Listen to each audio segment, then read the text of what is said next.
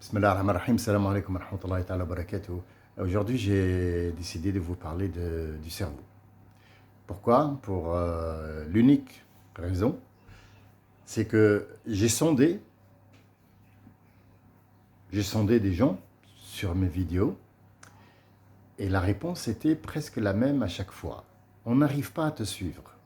Alors, je l'ai dit, je le redis, je ne suis pas un professeur, ni un docteur, ni un psychologue, ni un psychiatre, ni un savant, ni un imam. Je discute avec des gens.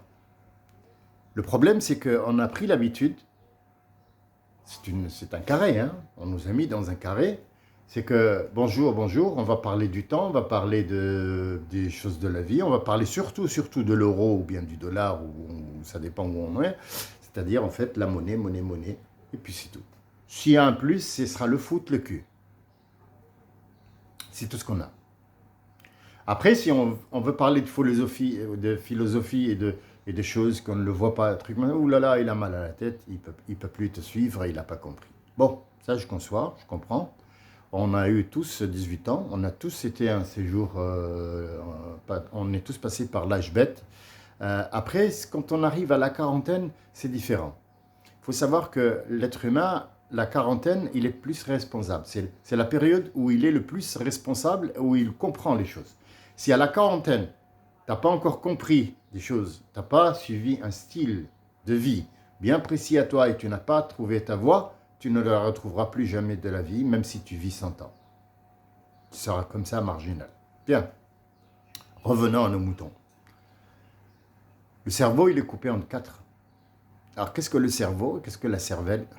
Quand tu fais parce que, en fait, quand on traduit en arabe, en français, en italien, en anglais, c'est pas la même chose. Alors, le cerveau, c'est la chose qu'on ne voit pas. Hein, c'est la chose qui nous fait vivre.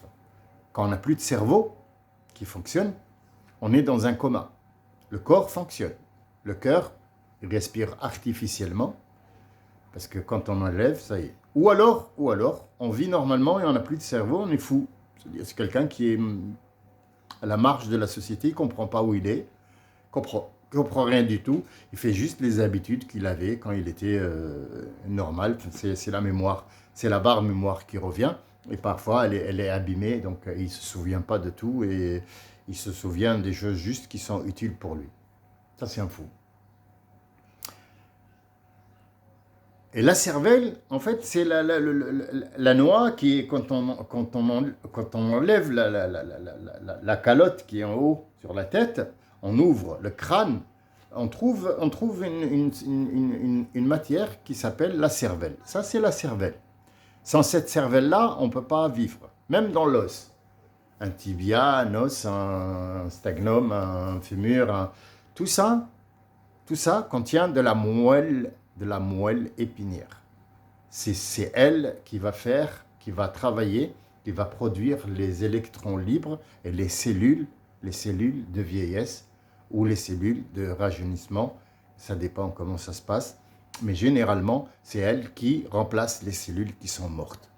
Sans cette moelle-là, on peut. Par exemple, quelqu'un qui a fait un accident sur la moelle épinière derrière, sur le dos, il sera à vie handicapé. Pourquoi? Parce qu'en fait, c'est cette moelle-là qu'on considère que c'est la base de l'être humain.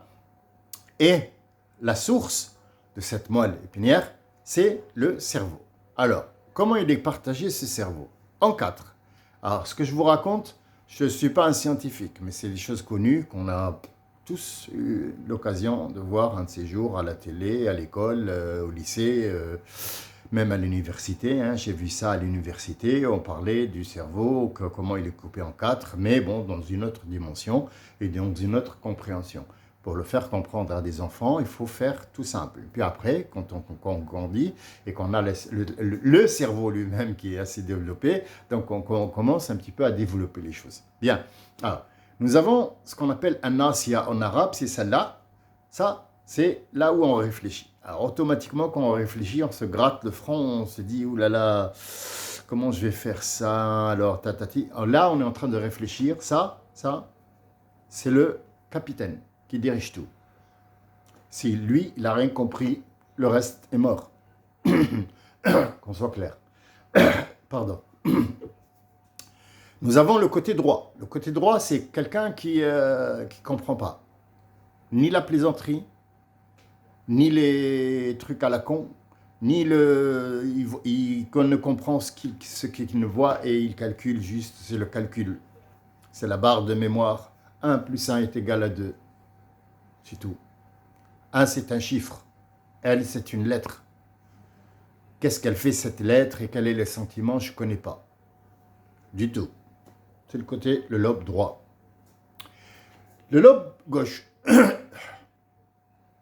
Le lobe gauche est un petit peu rebelle. C'est celui qui va chercher la rigolade. C'est celui qui va chercher comment t'emmerder un petit peu. C'est celui qui cherche l'imaginaire. La chose que le côté droit n'accepte pas, le côté gauche va chercher à lui donner une image et à la faire exister. C'est grâce à ça qu'on a de l'imagination, c'est grâce à ça qu'on devient un génie, parce qu'on ressemble ça, et on donne au cerveau qui va traiter l'information et qui va la mettre en mémoire, et ça fonctionne. Donc voilà. Après, nous avons le côté arrière du cerveau. Le côté arrière, généralement, c'est pour les sentiments, et surtout, c'est pour l'instinct animal. Ça veut dire tout ce qui est sexe, tout ce qui est je prends de force, tout ce qui est c'est à moi, tout ce qui est séduction, tout ce qui est, voilà, en fait, une femme qui est en train de toucher ses cheveux ou un homme qui parle à une femme, il est toujours en train de se... Voilà, tu vois. Par exemple, quelqu'un qui est en train de réfléchir à un truc qui est fondamental, il est là sur le côté droit, il est en train de réfléchir. L'autre qui est en train de raconter une blague, il est en train de se garder la tête et les trucs. Donc, c'est des signes que la police a pris, en fait, avec d'autres signes, bien sûr, pour mener un interrogatoire. C'est très, très important. Ces signes-là, ils existent. Alors, ce qui est important dans le cerveau, c'est cette barre de mémoire qui existe là. Alors, n'allez pas imaginer une barre de mémoire, ça veut dire une barre comme on trouve dans les ordinateurs et qu'on met dans la tête. Non, c'est pas ça. Vous voyez, maintenant, je vous ai parlé de la barre comme l'ordinateur et j'ai regardé là-bas. Donc, automatiquement, vous savez que mon ordinateur, il est là-bas. Les signes ne trompent jamais. Donc, le but de ces vidéos que je fais, ce n'est pas de vous donner une information sur Ayoub, c'est qui, Mohamed, c'est qui, Ibrahim, c'est qui. C'est des fils qu'on doit tirer. C'est à vous de faire fonctionner tout ce Bataclan-là et le mettre en place pour essayer de comprendre ce Coran. C'est le but. Voilà. Le but, pour essayer de comprendre ce Coran, il faut un cerveau. C'est ce que Dieu nous dit dans son Coran. Pour comprendre, il faut un cerveau. Et ce cerveau, c'est comme un muscle. Le muscle, il doit travailler. Quand on rigole, on a 14 muscles qui travaillent dans le visage.